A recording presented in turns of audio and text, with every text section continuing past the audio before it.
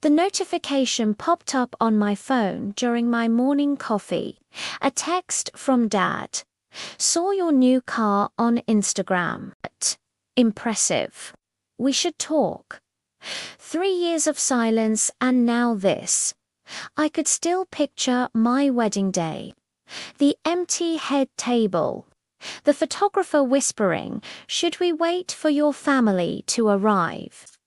Me, forcing a smile, whispering back, "They're not coming." Now my father was reaching out, not because he'd changed, but because he thought I was finally worth something. What he didn't know, I had already given most of my fortune away. This conversation was going to be interesting. I'm Aurora and I'm 29 years old. That Lamborghini in my Instagram post wasn't just a car, it was a message, a symbol that I didn't need my family's approval anymore. 3 months earlier, my AI startup had been acquired by Google for $50 million, and I built every line of code without a single ounce of support from my family. The car wasn't luxury. It was freedom, independence, the power to decide who truly deserved a place in my life. It started when I was 8. Christmas morning, 1998. My sister Emma unwrapped a shiny new Dell computer. My gift, a Barbie dream house. "Why does Emma get the computer?" I asked. Mum smiled without looking at me. "Emma's going to be an engineer someday. You should focus on more appropriate things for girls." But I didn't want dolls. I wanted code. That day, I spent hours sneaking onto Emma's computer, teaching myself how to move shapes across the screen. When I showed Dad my little program, he patted my head. "That's nice, sweetheart. Now go help your mother with dinner." By middle school, coding was my obsession. Library books, late nights, stolen moments on Emma's computer. At 14, I entered a national coding competition. I built a website that helped students track homework. I spent months on it, but the night of the ceremony, my parents took Emma to her volleyball playoff instead. "She might get a scholarship," Mum said. "Your computer thing is just a hobby." That night, I stood alone in a crowded auditorium and accepted first place. My parents never even asked how it went. Stanford accepted me for computer science. I got a partial scholarship. I needed $12,000 more. Excited, I showed my parents the letter. Dad frowned. "Computer science. Not realistic. Study, teaching, or nursing. Something stable." Mum shook her head. "We're not wasting money on this fantasy. Emma needs support for her business degree." Emma got $50,000 for a degree she never finished. Emma drove a new car. I worked 3 jobs to cover tuition.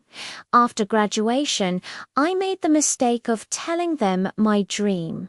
"I've been working on an AI algorithm, something that can help doctors diagnose disease faster." "I want to start a company," Emma laughed. "Aurora thinks she's the next Steve Jobs." Dad smirked. "Sweetheart, you can't just play with computers in your garage and expect to become a millionaire. Get a real job." And Mum cut in with the sharpest blow. "Stop chasing fantasies." 2 days later, I moved out and I never looked back. 3 years ago, My wedding day, I sent invitations 8 weeks early, reserved front row seats. That morning, Emma called, "My baby showers today. Mum and Dad are coming. Sorry, but family comes first." "I am family," I whispered. "You know what I mean," she said. "Your wedding's just a party." I walked down the aisle to 12 people, my college friends, my professor, my fiancé's parents. No mom, no dad, no sister. That empty church was the moment I realized I had been chasing approval from people who would never give it. Then came the text that changed everything. "Saw your new car on Instagram. Impressive. We should talk." I laughed. He thought I'd finally become worthy. He had no idea I'd already donated $40 million to fund scholarships for underprivileged girls in tech. Girls just like me. Girls whose parents didn't believe in them. That night I planned a dinner. Not for my family, but for my real family, the people who had actually supported me. Maya, my college roommate, Professor Chen, my developers, David's parents, a few cousins who showed up at my wedding. 20 people who had believed in me when my blood family never did. The room glowed with candlelight and orchids. Each seat had a handwritten thank you letter. When I stood to speak, my hands shook. 3 years ago, I married David in front of 12 people. Some saw that as failure, but I see it now. Those were the right 12 people. Tonight, I want to announce something special. The Code Dreams Foundation. $40 million to fund scholarships for girls in computer science. The room erupted in applause. For the first time in 29 years, I felt true acceptance. Not because I'd proven my family wrong, but because I no longer needed to. Their absence was no longer rejection. It was freedom. The next morning, I finally replied to Dad. My company was acquired by Google for $50 million. I've donated most of it to scholarships for girls in tech. The phone rang in 10 minutes. "Aurora, what do you mean you donated our money?" Dad's voice was sharp. "It wasn't your money. It was mine. From the company you mocked as a fantasy." Mum cut in. "How could you be so selfish? Emma has loans. We have a mortgage. And you're giving millions to strangers." "Strangers," I said quietly. "You mean girls like me. Girls whose families never believed in them." Emma grabbed the phone. "This is ridiculous. You owe us our blood." "No," I said. "They're everything to me. Because they are me. At 14 winning coding competitions alone, eating ramen alone, dreaming alone." Maya, listening nearby, took the phone, her voice calm but sharp.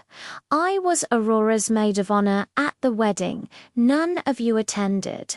I watched her fight for years while you abandoned her. She doesn't owe you anything. She invested in people who invested in her. That was never you." The line went silent.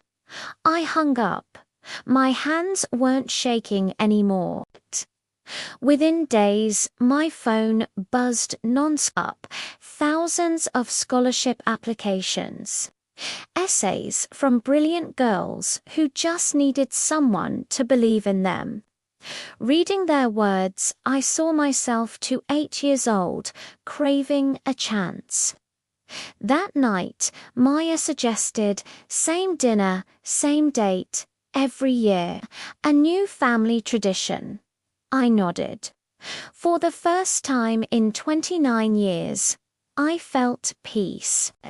Not because I'd proven my family wrong, but because I no longer needed to. Their absence was no longer rejection. It was freedom. Final words.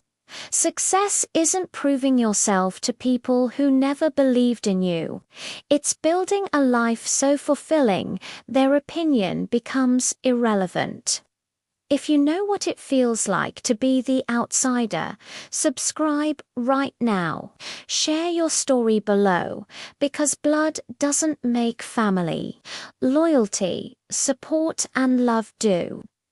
Choose your family wisely, and never apologize for outgrowing the people who tried to keep you small. Thank you so much for watching. Remember to subscribe if you haven't already. See you tomorrow.